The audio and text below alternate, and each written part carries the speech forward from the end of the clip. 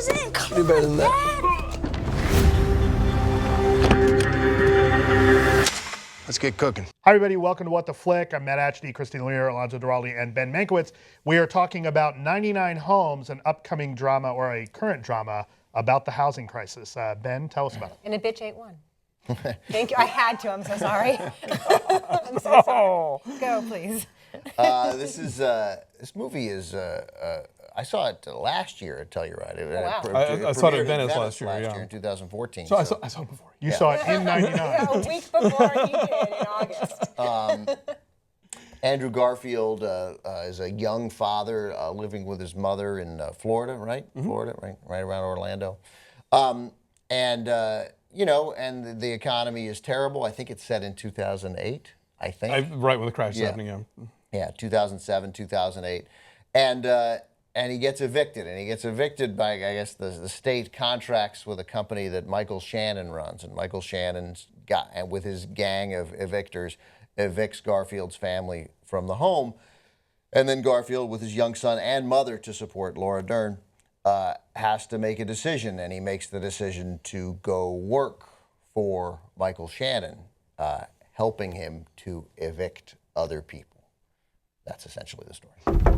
What? Sheriffs are here. Why are they here? My name's Mike Carver. I'm a licensed real estate broker. This home has been foreclosed on. No, this is not happening. I need you, your mom, and your son to step off the property. This is not your home. Mr. Carver, please don't. Sir, you have 2 minutes. Pack whatever belongings you need. Oh my God. Does he have to stand there while she packs up? Is that right? Oh my God. Oh my God. Oh my God. Do you plan on staying for a while? Just a couple nights. You gotta get out of here. I'm gonna figure it out. I got no choice. You kicked me out yesterday. I didn't kick you out. The bank did. Did you do construction? I paid $50 cash. Are you kidding me? $50 shouldn't be a joke to you, son. What are you doing with him? I gotta work, you know? Just want my home back. Don't get emotional about real estate. That's my family home. If you want it, I need to know that I have someone who can handle any situation 24/7. Are you putting notices on my window? When you work for me, you're mine. This is serious money. Do you want to double what you made? Are we stealing? Is this stealing? Feels a bit like trouble. What'd you think it was going to mean working for me? Don't be soft. You think America gives a flying rat's ass about you or me? America doesn't bail out the losers. You kicked me and my family out of our home? I don't know you! I know you! America was built by bailing out winners, by rigging a nation of the winners, for the winners, by the winners. All right, I just want to point out that we have Spider-Man working for General Zod. Oh, right. Oh, yeah. Nice, That's yeah. cool. Well, this is the movie you make after you've made a nice superhero paycheck. Then you go and you get to make this one for yourself. This is written and directed by Ramin Bahrani, or at least it's directed by him. I think written too. Okay. No. Maybe only. There was at least a co-writer. You talk. So he started out making really cool, very small scale, but sharp and smart indie films like Man Push Cart and Chop Shop. And then he did a film a couple years ago, with Dennis Quaid and Zac Efron and Kim Dickens, the Farm movie. Oh, the Farm movie. Which was not so hot. Not so hot, yeah. This one, I think, is a more successful attempt to sort of tell a story on a bigger scale that's about something that's very relevant to the economy right now. And I loved this movie until I didn't. And it's hard to talk about it without getting into spoiler territory, but I feel like this movie is really saying a lot of important stuff, and then it cops out. At Any Price is the movie you're thinking of. Also, Ramin Bahrani did Plastic Bag, a little short narrated by Werner Herzog. Yeah, about the bag that blows in the wind. Yeah, that Ebert got Herzog to do for him. Nice. They played it at Ebert Fest. Yeah.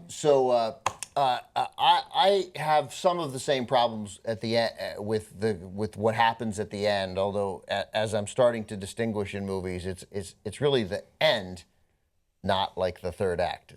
It's more the end. Yeah, the climax. The actual end. Yeah. And when it's just the end that is messed up, I just don't mind as much. All right. but it's not a great ending. But I thought the rest of it was the best movie I thought, and for my wife too, that we saw at Telluride in 2014. So I thought really powerful for a very, very, very long time. Really scenes you just don't see in other movies. It felt raw. And it exploited and found intense drama in an issue that I don't think you normally think of. You're going to find intense drama, which is evictions and the complicated, exploitive nature of how that works, and how the banks, with the complete sort of pat on the back of the government and the court system, sort of permits this to happen, and how really you have no standing whatsoever. I mean, they say things like, you're going to get evicted. Oh, you have 30 days to challenge the eviction notice in court. But in that 30-day period, you're still going to get evicted. You just have 30 days to challenge it, but you'll be out of your house at the time you challenge it. So people keep thinking they have 30 days, and then 2 days later, guys are coming banging on the door. And private companies are doing this with contracted sheriff's deputies there. I mean, it's hideous. Right. It's just hideously unfair. This movie, I think, really points out a lot of the chicanery of the system, and how it really screws over the homeowners, and how it's heavily favored toward the banks. I love what this movie has to say. So much of it is so very relevant, and it's really well acted. I mean, Michael Shannon, always good, but I think this might be his best performance. Really? Yeah. More than Take Shelter? More than... Okay, let's not split hairs. He's real good in this, okay? But again, I have to say, the ending made me so mad for a movie that was, up until that point, so tough and smart and functioning in the world as we recognize it, and not in the world of movies, that I probably would have had your score, but I had to lop off because that ending just killed me. Laura Dern was in the same time that this came out, at least at festivals. She was in the movie where her daughter walks for forever, takes the long walk. What was that called? Oh, Wild. Wild, right. Reese Witherspoon hiking. Yeah, right. Walk in the woods. The walk in the woods. The walk. Walk in the woods 1. Right. And she was really good in A Walk in the Woods, but I just thought she was so wild. Right, wild. We are now messing with your brain intentionally. Right. Mary Steenburgen is in Walk in the Woods. She was so terrific in this, and Garfield and Shannon are so. Yeah, Garfield's really good too. Yeah, he's really good. And convincingly, American. Yeah, so I just thought it was really important. Look, there's a line at the end of this tour. I don't know if it's toward the end of the movie, but because Shannon is a guy who takes advantage of this situation, has found a business where he becomes a millionaire by evicting people and taking over those houses and then fixing them up and selling them for a profit. And he says, and it's Trumpian in its logic, but he says, America doesn't bail out losers. America bails out winners. Right, that line's in the trailer. No, it is. Yeah, it is. I've not seen the trailer for this movie. It's a great line. That'll be Trump's slogan. Yeah, it's totally.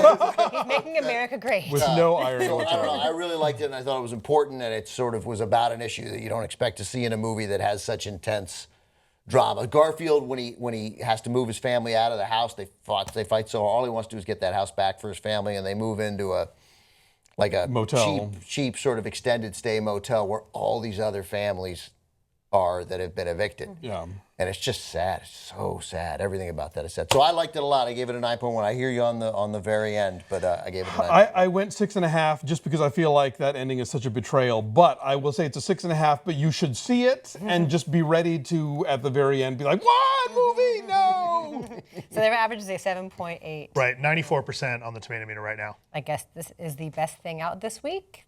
Maybe? Yes? I like Hotel Transylvania. All right, we'll get to Hotel Transylvania too also. Bye-bye.